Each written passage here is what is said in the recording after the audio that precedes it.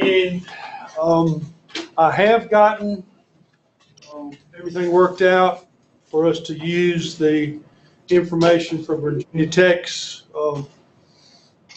pesticide class. So we'll be patterning it pretty close to what they do. But as we begin to think about applying pesticides and the state and federal laws that are associated with that, we've got some definitions and terminology that you need to be familiar with. And they are very, very exact in what they do, because they outline a lot of the information, qualifications, and so forth that exist in the state and federal government regulations. So, it can be kind of boring talking about some of those things, but they are hoops that we need to go through as we begin this effort.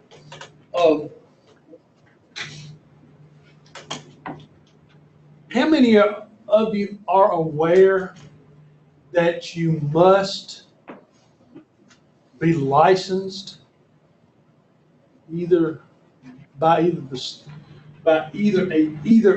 one of the state agencies to purchase and apply restricted use pesticides? Okay, Tyler is.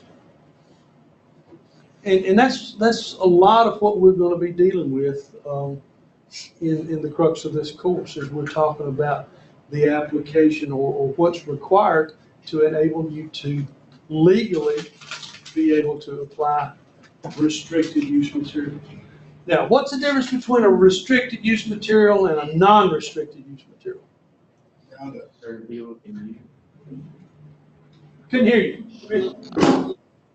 Only certain people can use it. Right. Non-restricted use is available commercially. Well, they're both available commercially. Really? Yeah. Whether you're talking about going to Lowe's commercially or you're talking about going to Cardinal Chemical, they're both commercial entities. They just have a different function. Now, over-the-counter materials like you might purchase in southern states or Lowe's or Home Depot are just general use materials. And anybody can go in and purchase Roundup, home orchard spray, things of that type.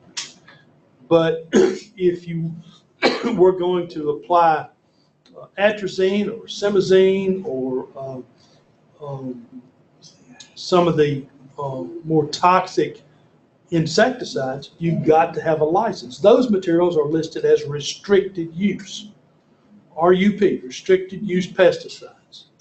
And to be able to purchase those legally, you have to have a commercial or a pesticide applicator's license, either a private license or a commercial license. That's part of what we're going to talk about today is the difference in those. I'm guessing. Sorry, go ahead. I was going to say, I'm guessing the reason why some of them are restricted is because they're the chance for them to cause harm is greater in the hands of those not qualified for it. That's basically that definition, and that cause harm is a real broad base description. It can kill people. Well, some of it may contaminate water, groundwater, things of that type. It's just a situation where it has been determined that you've got different categories of these materials. And a lot of that determination is made by the manufacturer. And there's been some changes in the direction that a lot of these manufacturers have gone in the last number of years because of the marketing of these products. There's been so much resistance by the public, not the spraying public, but the general public, there's been a lot of resistance as to the use of pesticides. So the commercial chemical manufacturers are trying to make materials that are much safer to use. So, when I go to one of my suppliers and ask them for a list of materials, if I'm getting Captan, Manzate, sulfur, and then get down to pyrethroid or gramoxone, which is a herbicide. The first three, anybody can buy because they're not restricted. Gramoxone is a very toxic material, and to purchase it, I have to display my license. I have to show them that I am, by the state, qualified to handle that material. So that's what we're going to talk about as we move through this course, the things that are involved with that, the gaining of that license and the use of those materials. Do you have something? Yeah, pyrethroid, is it in both? It depends. It totally depends. Some of those materials are available. Jason's asking about pyrethrin. Pyrethrin is the primary active ingredient in most of your aerosol insecticide sprays, like your wasp and hornet spray. You know, y'all can all go in and buy those. Now I get one that I used some last night in an application for some small vinegar flies on grapes, and that one is a restricted use material because of the toxicity. What? Is it parts per billion? It's a lot of things, but that one I used 4 ounces in 400 gallons of water to create the solution that I needed. And that was according to label. And you know, that's pretty toxic material in its raw form. So anyway, all right, when we're talking about a certified applicator, that's any commercial applicator, registered technician, and or private applicator that has met the certification requirements in the state of Virginia. Now, North Carolina has a similar program, Maryland has a program, West Virginia has a program. But we're talking specifically today about Virginia, because Virginia will be the test that you folks take. So you know, that's what we're talking about. But a certified applicator is any applicator. The key in this definition is certified applicator. It's certified. All of these people, even though there are different criteria into the license that they have, they're all certified applicators. Okay? Now, a commercial applicator is a certified applicator that uses pesticides on the job other than agricultural production on private property.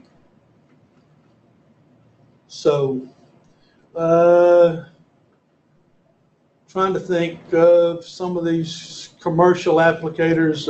Orchid, for example, would be a certified applicator. He's applying insecticides or pesticides on your property or on someone else's property for compensation. Now that's other than agricultural production. Then you've got commercial applicator for hire, and that would be an orchid guy. Any commercial applicator who uses or supervises for the use of pesticides commercially on the property of others. Commercial applicators for hire in the Commonwealth must have a pesticide business license or work for someone who does. And we're going to talk about the various categories of license as we move along.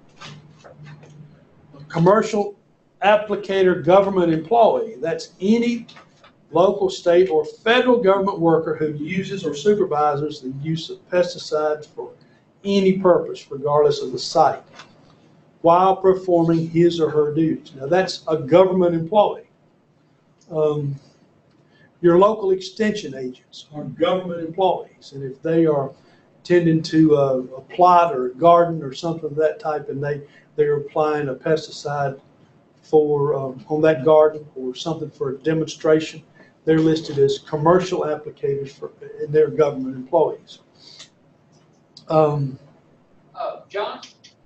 Please. Are you by any chance showing any like PowerPoint slides or anything on the screen? No, I am not. I have learned, Tom, that wasn't my best use.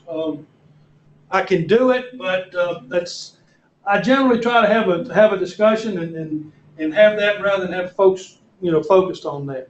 But what I'm talking from is directly from the book. It's that's all I'm doing. Okay, I just was trying to see what my people needed to be doing. Yeah, no, all they got's the nasty view of me, that's all. Okay.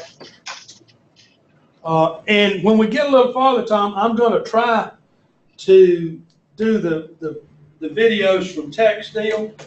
In times past, I haven't been able to get those to work, but I'll think on maybe your new system, I believe it will, so I'm hoping it will. If it will view my computer screen, I'm sure it works, so. Yeah. Okay, one of the next categories it talks about is a commercial applicator not for hire. That's any commercial applicator who supervises use of pesticide as part of his or her job only on property owned or leased by the applicator or his employer. A commercial applicator not for hire would be, I have had that license in the past. I've let it expire, and I shouldn't have, but I did. I had a commercial applicator's license because I also had a commercial business license. And as a requirement for the business license, I had to have the commercial. So, but it was part of the deal. The definition that that is included in some of these things talks about direct on-site supervision. That's the act or process by which a competent person acting under the instructions and control of a certified applicator is responsible for the application of a pesticide. A certified applicator must be present at the application and be able to see the person applying the pesticide at all times. That's talking about direct supervision. Does that basically mean just handing the pesticides or herbicides to some random person and then overseeing them doing it? You're correct, except when you say random person. Well, I mean, A responsible employee, yeah. Yeah. Okay. but it would be someone that does not have a license, right, does not have a license. Direct supervision is the active process in which the competent person acting under instructions and control of the certified applicator who is responsible for the actions. Same thing that we were just talking about. So, all right, one of the things that we'll talk about a lot is something, and I hate acronyms, but we're going to survive on acronyms this semester. There's so many of them involved in what we're talking about. The FIFRA, which is FIFRA, it's the acronym for Federal Insecticide, Fungicide, and Rodenticide Act. And that's the law that established the basis for U.S. pesticide regulation. And it is done to protect the applicators, consumers, and the environment.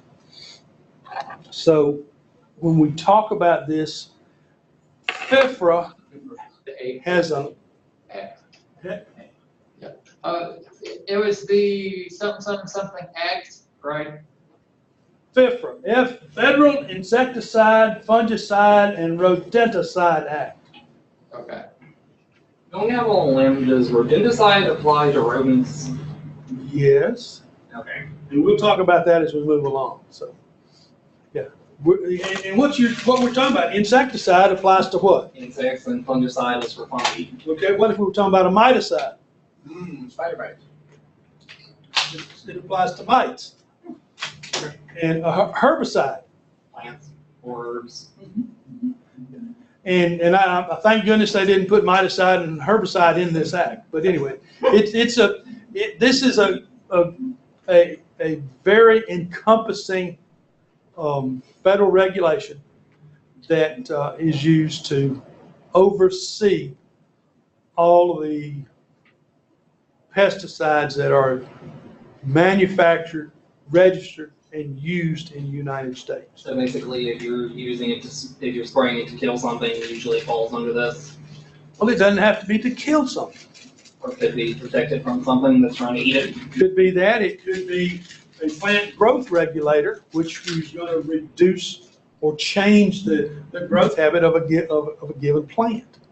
You know, we've got a lot of growth regulators. In tobacco that you rode by on the way up here, all of the tobacco that you have seen has been sprayed with some sort of growth regulating hormone chemical that has reduced the volume and numbers of suckers that are present on the plant. You know, and those growth regulators are also included under this act. So basically, if it's being sprayed, it falls under this act. Well, it's a lot more than that even. It may not have to be sprayed. Rodenticide, a lot of those are baits that are used to bait rodents or different material, different things. So, you know, it's an ever-encompassing thing that includes chemical manufacture and use in an more than an agricultural setting. It's home setting and, you know, also. But that's we'll talk about it as we move along. So Is bed bug a mite? no, not a mite. I don't know anything about the ethanol. Jason's question was a bed bug a mite? We were talking about miticides, and I don't know anything about the anatomy of a bed bug, or about how many legs and arms and things it's got. So that'd be a good thing to look up, see how many structures a bed bug has. A mite has 8 legs. It's a spider. Okay. That's why I said that. Okay, as we talk about these things, a term that we're going to use in a lot of different ways is a pesticide. What's a pesticide? Use it to kill pests. Well, there again, you're not necessarily kill all. Okay. Bed bugs have 6 legs. Okay. Bed bug got 6, Jay. It's not a mite. There you go. It's just a bug. But a pesticide is any substance used to control a pest or reduce the unwanted or harmful effects of a pest.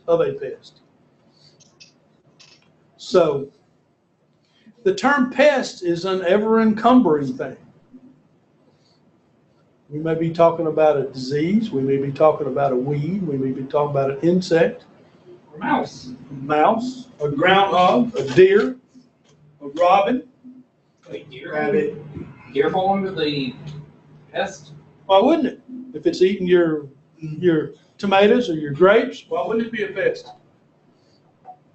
Field rats. That's what I'm trying to say. The term pesticide is it's broad-based. It's hard to define. But when we're talking about any substance that's used to deter a pest, mothballs can be considered a pesticide in the way that they're used. Because they're getting rid of moths. They're getting rid of moths, and they may keep deer out of your tomatoes. In just a short time. Okay? Rachel, do you have any pests in the barn? Okay. Do you use any pesticides in the barn? Know what it is. Well, that's what I'm saying. Yeah. Okay, but that's what we're talking about. All right, a pesticide business license is a document required of persons in a business of selling, storing, distributing, mixing, recommending for use, or applying pesticides.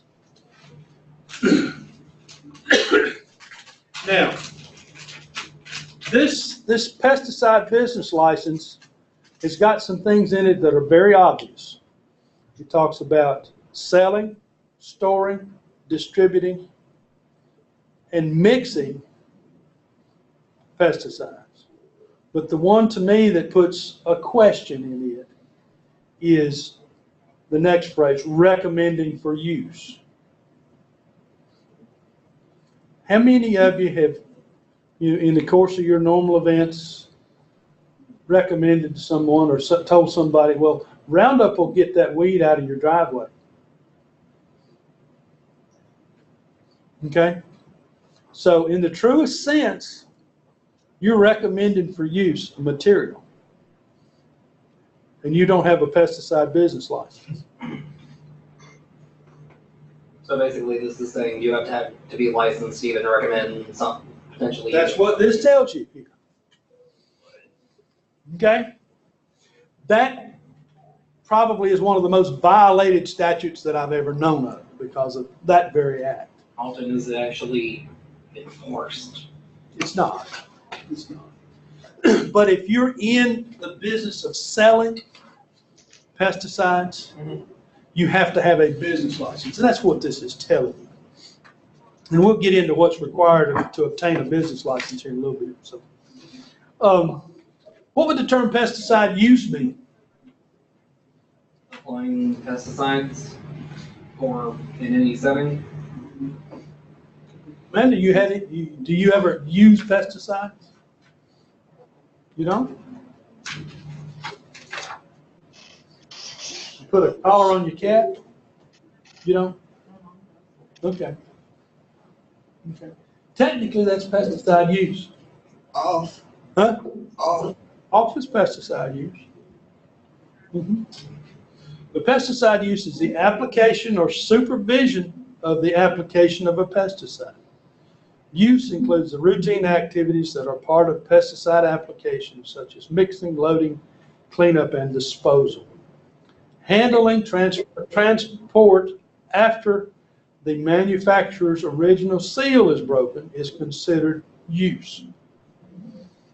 Pesticide handling is especially managed by persons other than the mixer handler. Now in here it talks about after the manufacturer's seal is broken. That is a distinction that is brought about because there are a lot of commercial carriers, freight trucks, for example, that move volumes of pesticides from the manufacturer to a warehouse and then from a warehouse to a distributor. And they put this clause in that statement so that those trucking firms don't have to have pesticide license because the seal is not broken. That the containers, that person is not intending to use that material. So it makes a huge difference in the intent. So until the seal has been broken, it's just an ordinary container with some chemicals in it? As far as is concerned? Pretty much. Now, in some situations, there may be a hazmat requirement for the trucking firm if it's categorized as a hazardous material. And a lot of these agricultural chemicals are listed as hazardous materials. So that falls into totally another area of distinction when we speak of that. So, but that's what we're talking about with pesticide use. Now, you folks in Southside, please, if we mention anything that you have a question about, don't hesitate to pull my chain and make us explain it a little bit, because this sometimes can be a little bit confusing. A private applicator is a certified applicator who uses or supervises the use of any restricted use material to produce an agricultural commodity.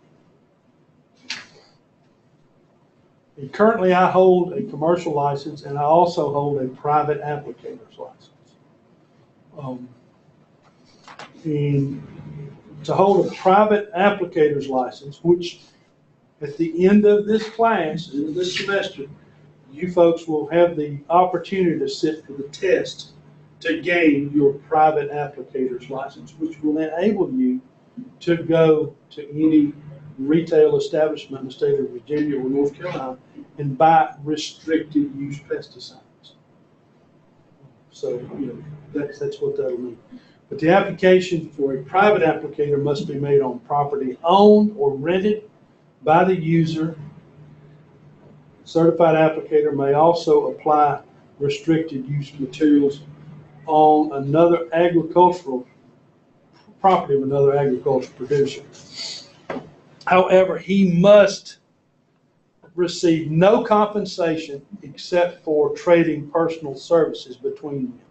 In other words, you can barter with another person, but you can't receive monetary compensation because it's a private applicator's license. And that's a distinction between a private and a commercial. So then you can accept donation, Donations or trade of work or, barter. barter or some sort, but you can't take monetary compensation. Okay? And that's one of the big restrictions in that. Is there a large difference between the tests required to get a commercial license versus a private license? Yes. Yes. I'm guessing the commercial one is a lot more difficult to obtain. Well, and we'll talk about that as we move along, Tyler.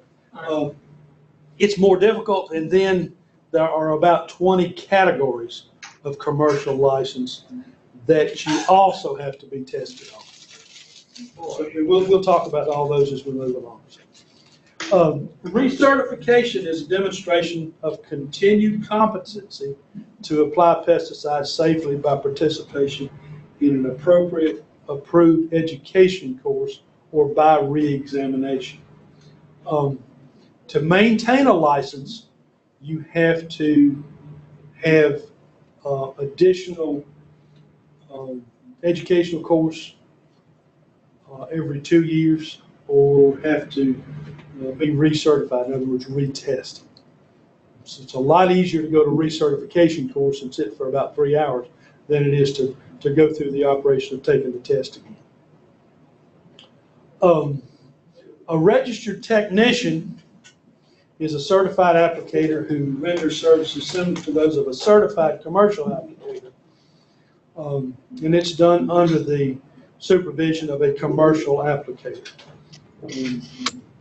Registered techs may apply general use on the job without supervision, but must have supervision to apply restricted use materials. And we've been talking about restricted use materials, and we hadn't defined it. So a restricted use material is any pesticide classified for restricted use by the administrator of the EPA, the Environmental Protection Agency. And that restriction restricts the product or its use to use by a certified applicator or under the direct supervision of a certified applicator. And what it does is it defines pesticide on the basis of their toxicity or danger to the environment. And we'll spend some time talking about that as we move along. But some of these materials that we're using on a regular basis are extremely safe.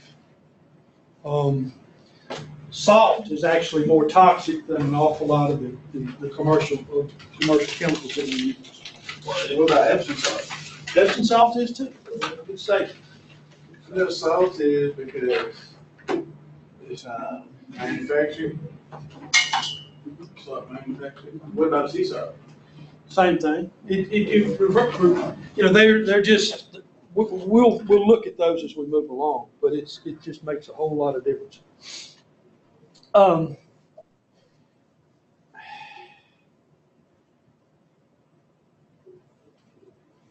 There are different levels of management that are involved with this.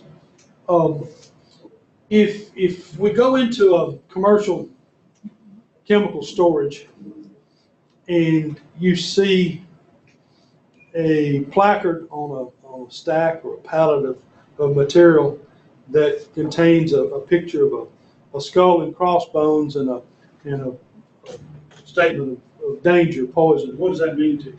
You can die. Well, yeah, but that means it's more toxic than a lot of the other materials. So, but that's what we're talking about there.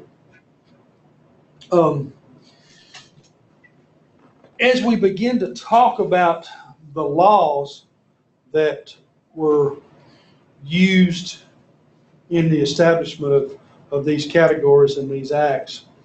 The Virginia Pesticide Control Act was passed in 1989 and to replace what was called the Virginia Pesticide Law. And it's been amended several times.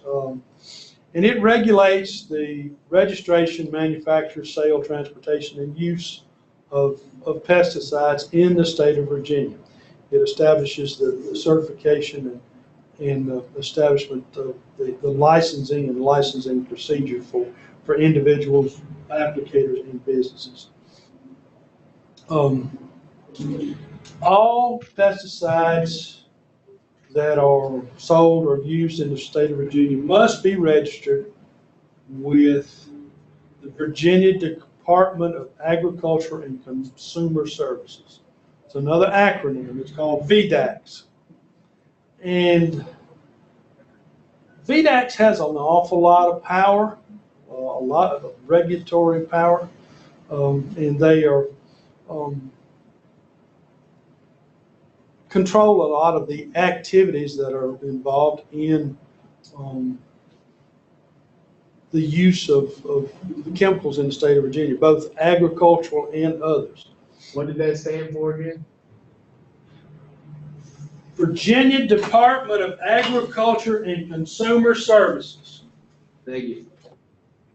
VDACS, yep.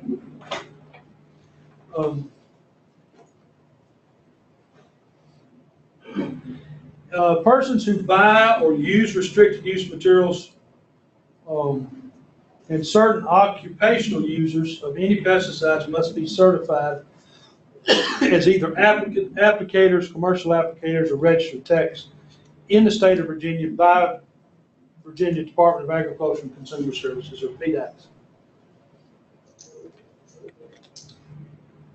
It says pesticide businesses must be licensed through VDACS and must carry certain insurance. At one time, we were running about 150 acres of apples at home. And to do that, I found it to be much more efficient for us to operate as a pesticide business rather than just an applicator or an owner. So I went through the process of obtaining a business license. But to do that, I had to become had to have a commercial business license.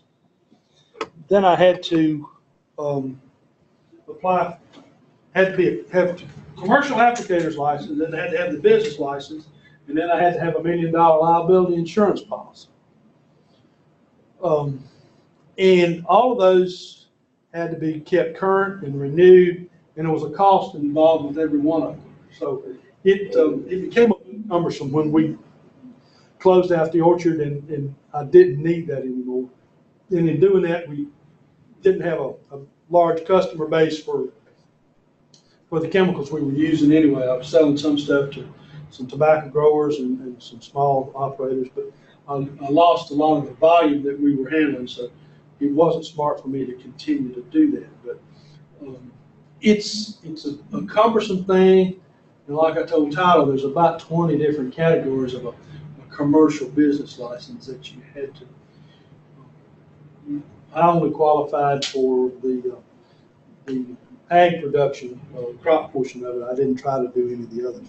We'll talk about those as we get along, so you can see how broad and diverse those categories are. VDACS also regulates and controls the labeling of all pesticides sold in the state of Virginia. They must be properly labeled, and the labels must be adhered to the product and maintained that way. And they're up for constant review. The labels are acted upon and asked for, requested by the manufacturer. And they are generally the same for most of the 50 states that we have. California does have some exceptions.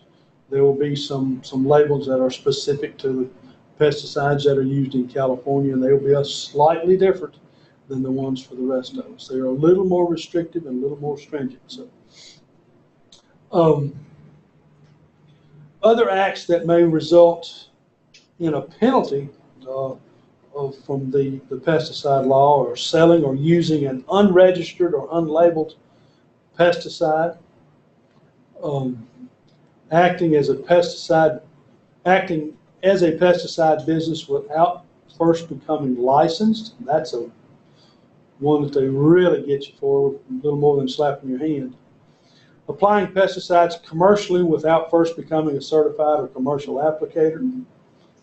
Failing to keep required records, and we haven't mentioned those at all, but that is a cumbersome activity that we'll talk about as we move through the semester. Another thing that can create an issue as far as the legality goes is failing to properly maintain your application equipment. Why would that be a concern to VDACs? Because I'm guessing if your equipment isn't properly maintained, it can malfunction and do things that were not intended. Yeah, that's a real broad-based thing, but assume that Rachel's working for me and under my supervision, and I've given her the task of spraying the grapes that are across the road. And we filled up the tank, and she started to go across the road, and about that time she gets a pothole that's out there at the end of the driveway, and 50 gallons of the solution sloshes out in the highway. What would that be? That would be, I don't know the exact classification for it, but It would be a violation because even though the equipment was maintained, it created a spill, a hazardous situation. Same thing if the spray was going across and it had a malfunction and a hose broke and began to throw the material out on the road. Hazardous situation. So, that's what we're talking about with maintaining equipment. It creates a situation that could potentially be harmful to people in the environment. other folks over the environment, right. Another problem that exists in the law is providing a restricted use material to a person that is not certified for its use. We were talking about those pesticide classifications a while ago. Says violations of Virginia Pesticide Act or regulations will subject you to civil penalties as much as $1,000 for the first offense that are less serious, and as much as $20,000 for repeat violations of the law. Additional penalties of up to $100,000 may be assessed for a violation that causes serious injury to environment or property, resulting in injury or death to an individual. They've got a lot of regulatory power, and it can get really serious really quick. So, as we move along, we want you to become aware of responsibilities that are associated with a pesticide license.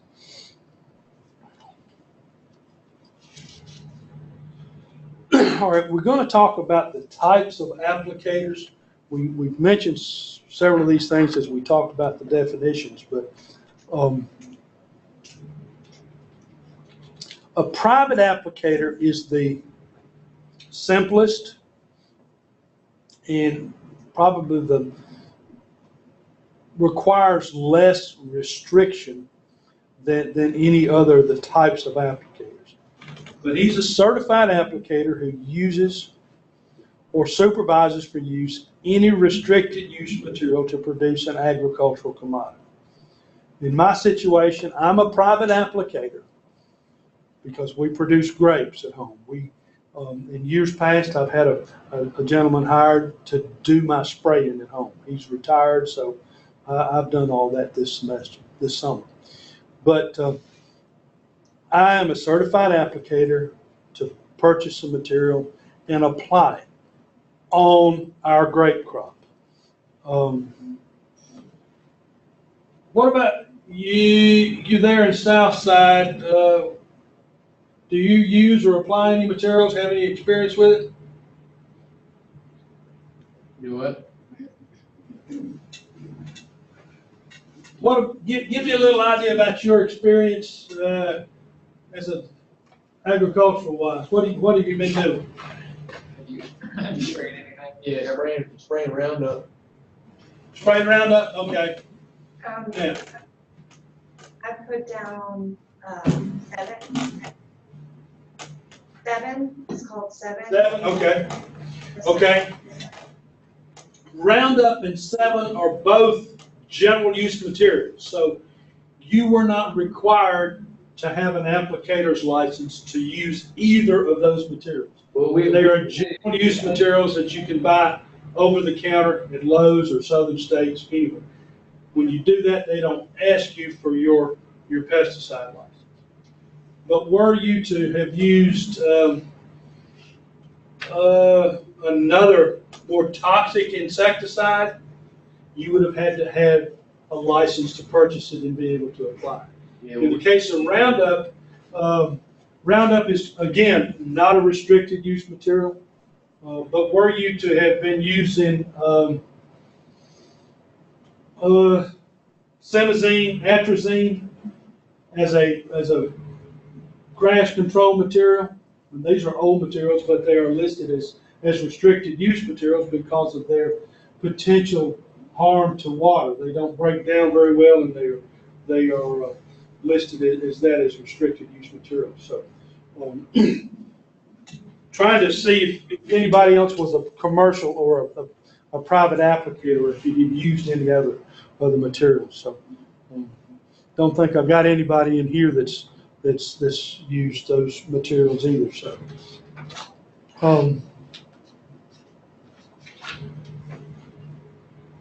okay.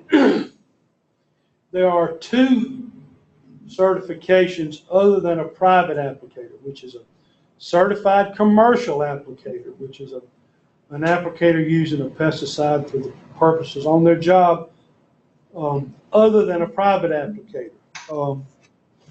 Then we've got a certified registered technician. That's a person who performs similar activities, but under the supervision of a commercial applicator. My son was a registered technician when he was working for the city of Danville. He was working under a commercial applicator, so he could do anything that a commercial applicator could do as long as he was under his direct supervision. And there are different categories of commercial applicators. There's one for hire, one not for hire. Then there's an inactive, and there's a bunch of exceptions under the inactive one. But a commercial applicator is one for hire, was like what I was talking about, an orchid person. That's any commercial applicator who uses pesticide commercially on the property of others. And they are doing it for hire in Virginia, and must have a private, or must have a business license and work in a properly licensed firm. You can be an individual to do that, but a lot of them are commercial applicators for hire, like the Orkin guys. There's a lot of National Exterminators is another one in this area that does a lot of commercial applicator work. And you don't think about those guys as being pesticide applicators. At least I don't. But there's an awful lot of pesticide work that's done around buildings. Restaurants have to have a degree of sanitation, which means they don't want a lot of ants and roaches and critters and so forth, spiders around their location, because it affects their health standards. So they usually contract with a commercial firm to take care of that, so they don't have to do that. Apartment complexes, hotels. Jay brought up the idea of bed bugs, but 20 years ago, you never thought about bed bugs being an issue, but they've become more and more of an issue. And hotel facilities What would happen if you got out that the Holiday Inn over here had a population of bedbugs? No one would go there. No one would go. Even if it was contained to a single room. Wouldn't matter. Would get Just the idea of it. So, it's to their advantage to maintain some sort of level of control for them. So, they will have a commercial applicator for hire to do that. Then you've got another category which is not for hire, and that's self-explanatory. Those applicators would be using a restricted use material, and they could be using it in an open area like a school, healthcare facilities, daycare centers, convalescent centers, or where food is being stored or processed. Warehouse facilities where food's being stored would require this. There's a category called government employee, which I have that license also. It's any state, federal, local worker who uses, supervises use of pesticides, regardless of site, as part of his or her official duties. And I have that because of the greenhouse and the vineyard, to be able to take care of the pest problems that are there. And that's, it's not for hire. That's just for specifically here. Then they have a category which is not, or which is inactive. That's a commercial applicator that's not going to be actively involved in pesticide application for a period of time. You can apply to be inactive, so you don't have to keep up with the recertification for a period of time. Then if something happens in your situation, you want to again activate it, simple call to have them reactivate you, and then you have to go into the recertification regime, which occur every 2 years. The textbook lists a series of exemptions. And I'm going to run through those real quickly, just for your own idea. Persons conducting laboratory research involving pesticides are exempt. Doctors of medicine or doctors of veterinary applying pesticides or drugs as a part of their normal course of practice are exempt. Providers of janitorial, cleaning, or sanitation services are exempt, as they use sanitizers, disinfectants, and germaticides. Those are all pesticides too. But if you're using them in part of your work, you're exempt from having a license. And that's what we're talking about today, is the licensing process. So, persons selling or applying paints that contain pesticides are not required to have a license. Did you think about paints having pesticides in them? I've heard of a few brands using stuff that's said to repel insects away from it, but that's not it. Yeah. Painters applying restricted use marine anti-foulant paints to on-site, they are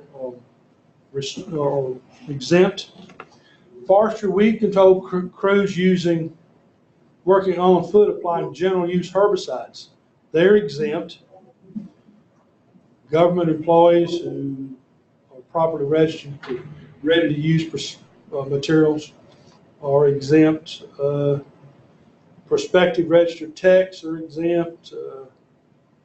Persons who supervise the use of any agricultural commodity on private land.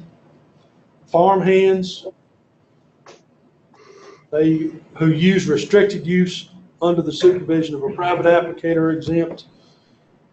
Private citizens using home, lawn, garden, and household pesticide products on their property or on their home are exempt. And that's what we were talking about a while ago, to make sure that everybody understood that one.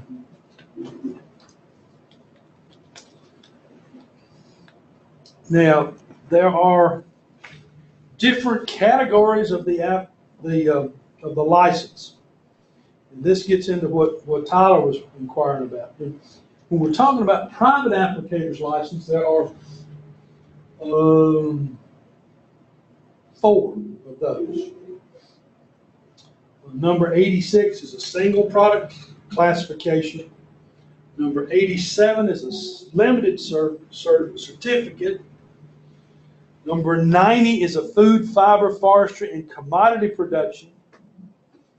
And that one is growers who use or supervise restricted use materials to produce an agricultural crop. That's the one that I own, in addition to the 91, which is an ornamental production, which is for control of ornamental pests in nursery and greenhouse crops. There is a different licensing application or license for each one of those 4 categories because it's specific to the type of production that you're doing. And those are categories of the private. Now, when we get into the categories of the commercial, for hire, not for hire, or inactive, Tyler was asking me questions, and I kind of avoided it because I knew we were coming up on this one. I'm going to just read these to you because most of you don't have your book in front of you, and if you want to talk about any of them, we will. But there are several of them. A 1A is an agricultural plant pest control. A 1B is an agricultural animal pest control. A 1C is a fumigation, soil, and agricultural products. A 1D is a chemigration. A 2 is a forestry pest control. 3A is an ornamental pest control. A 3B is a turf pest control. 4 is a seed treatment. 5 is a pest control. 5B is a maritime anti-foul paint. 6 is a right-of-way pest control. 7 is a general pest control. 7B is a wood destroying pest control. 7C is fumigation. 7D is a vertebrate pest. 7E is a sewer root pest. 8 is a public health. 9 is a regulatory.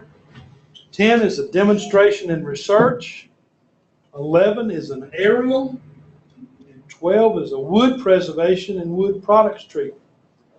All 12 of those are categories of a commercial applicator.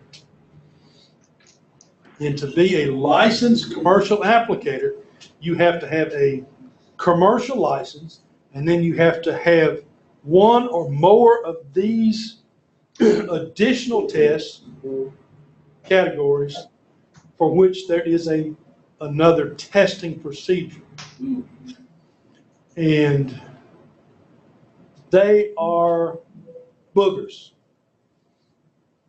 They are just absolute boogers. The commercial applicator's license by itself is not strenuous, not hard. But when you get into these, they can be mighty detailed. And they've got to be, because you are an individual that has a responsibility of applying pesticides to areas other than your personal situation. In most situations, they are for hire. And it's detailed and cumbersome, and it affects an awful lot of people. Do you have any questions at all about these categories, what they mean? Well, let me give you an example. I have a 1A. I also have a category 10. But a 1A agricultural plant pest control, that gives me the right to use pesticides to produce an agricultural crop on grasslands and non-agricultural lands for hire if I want to. But if Rachel wanted me to come and do something around her barn for where her horse is, that would require the 1B. I have the 1A. The 1B is an agricultural animal pest control. I don't have the license to do that.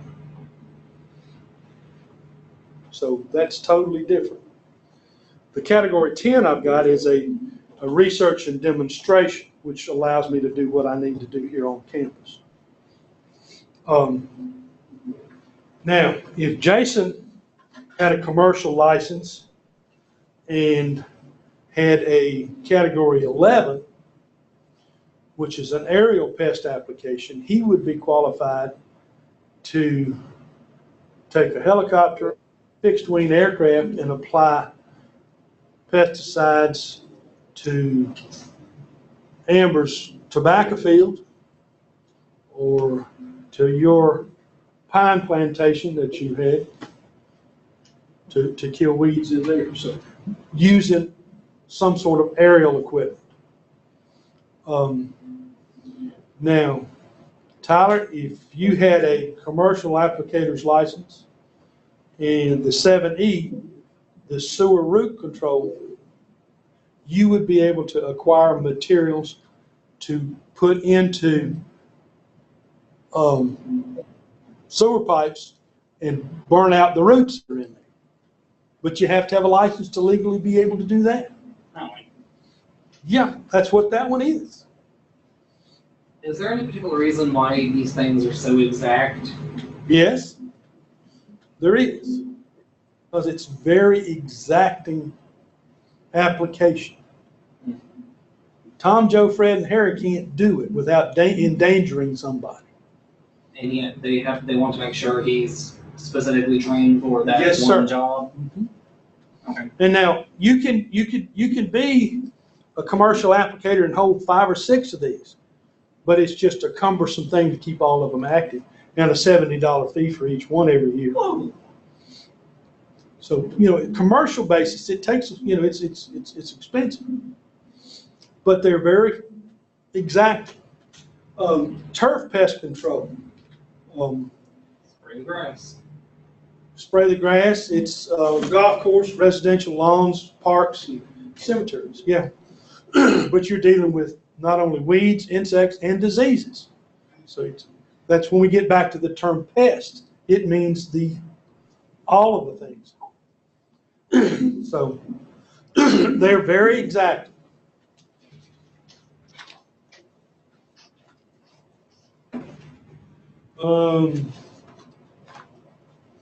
Time-wise, we're 11:30 now.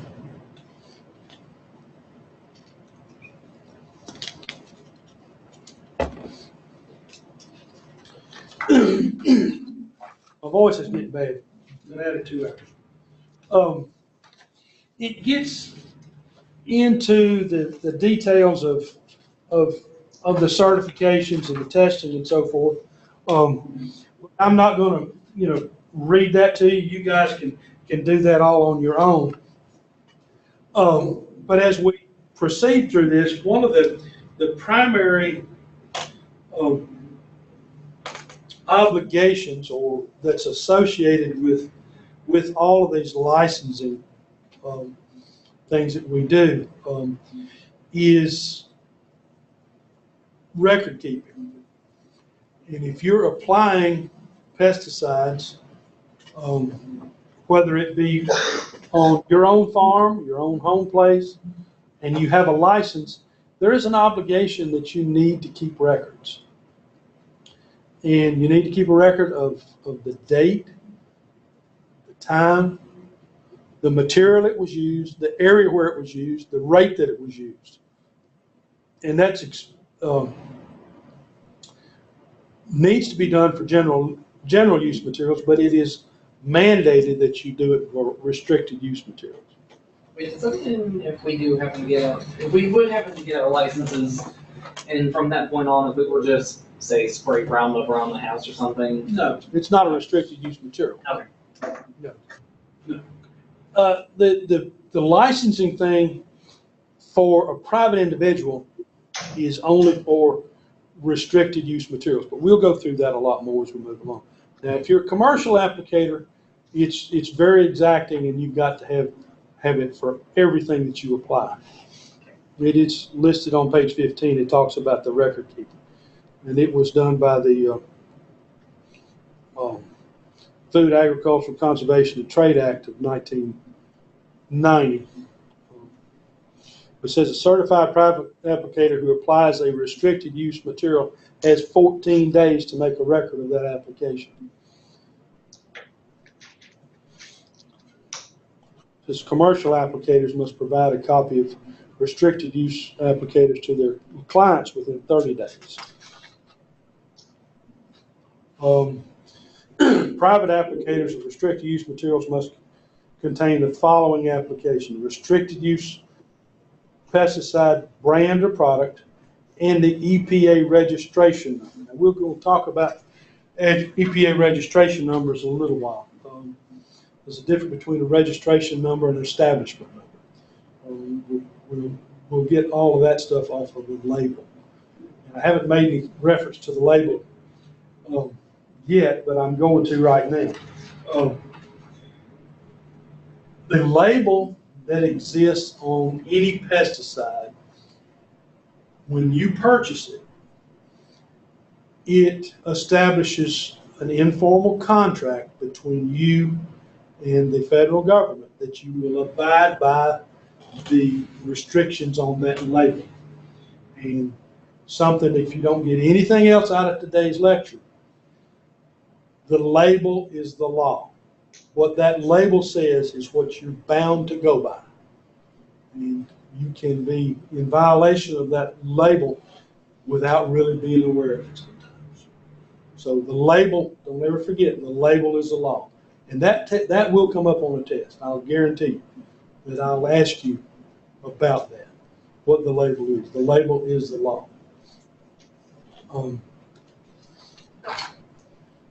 Have you got any questions? I'm trying to see sort of how much more is left in this chapter. Any of you got anything? And pretty simple. It's, in some ways it's simple, other ways it's pretty complicated. But south side, have I got you confused or just been chirping at you and you got you lost? Y'all okay? Yeah. Yes. Okay.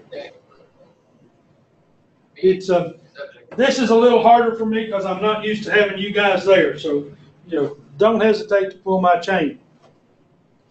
But I'm going to let you look over the rest of this first chapter on your own. It gets into some of the restrictions and regulations and so forth. And it's generally the same for most of us. The only reason I'm doing it is my voice is about gone. So let you do that. And when we get back together on Monday, we'll try to go and show you the videos that are accompanying the Virginia Tech stuff for the first unit. Where'd you get that book?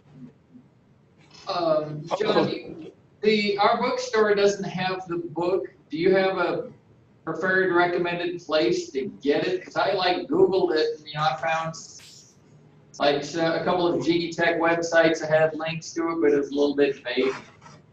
What I would do, Tom, is try to Google the Virginia Tech Distribution Center and ask for the Virginia Core Manual applying pesticides directly. Yep, that's right. And I found a couple of links. I just didn't know if you had. Yeah, now that's the best way, and it'll be a lot cheaper than going through your bookstore. Yeah. I think the last one of these I bought was about $25. It's a spiral ring book, and it may take 4 or 5 days to get it to you, but that's the best way to do it. And I think I intended to put that on the Blackboard site, and I don't know whether I got it on there or not. I got interrupted when I was working on this. So if you don't have that information, email me and I'll send it to everybody. It's called. I could. Pesticide. Do I? What was the name of the book? The Virginia Core Manual Applying Pesticide Manual. Yeah. Okay. If you Google Virginia Pesticide Core Manual, those 4 words, it'll come up. Yeah, that's the best way to do it. And I recommend going straight to Tech to get it. I don't know whether our bookstore's got it or not. It does. It does? Yeah. That's How where much- I got mine. How much was it? 3750. Yeah, it wasn't that much. Jason said 37.50, and I think it's about 25 going straight from tech, so that's about 50% markup that the bookstore puts on it, so. Or you could just rent it. No, it's not. Yeah, they, And it doesn't have. They a might. Number, that's part of the problem. It's on- Yeah, it doesn't have an ISBN number. yeah, there's no ISBN number. They used to have a publication number through the tech distribution center, but I haven't been able to find it. I did just now. Ha ha. Sitting here looking at it, it's publication number 456-210. It's in real small print on the bottom of the front page, and I just saw it.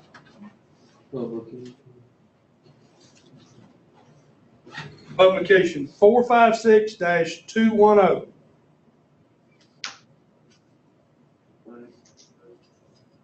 Okay. Oh, that's what it was. To go to their website, it requires Adobe Flash Player installed on your computer and just like, but yeah, yes, it's out there. If you go to vapesticidemanuals.com, I think that actually will take you back to this page that I just was on. But yes, it can be done. So it's an online book, or can you order? No, it's a paper book. You have to order it online. It's like not a weird thing. It's something tech prints in-house, so it doesn't go through book distributors. So that's why our bookstore apparently didn't figure out how to get it. And Yeah. it's not available on Amazon or anything like that. Yeah, they've been printing this thing for 30 years. This one I've got was revised in 2012. So, they do a lot of those that way, so. But if you need me, be sure to email me and I'll try to get back to you as soon as we can if you got any questions. Okay? Okay. Good weekend. We'll see you on Monday.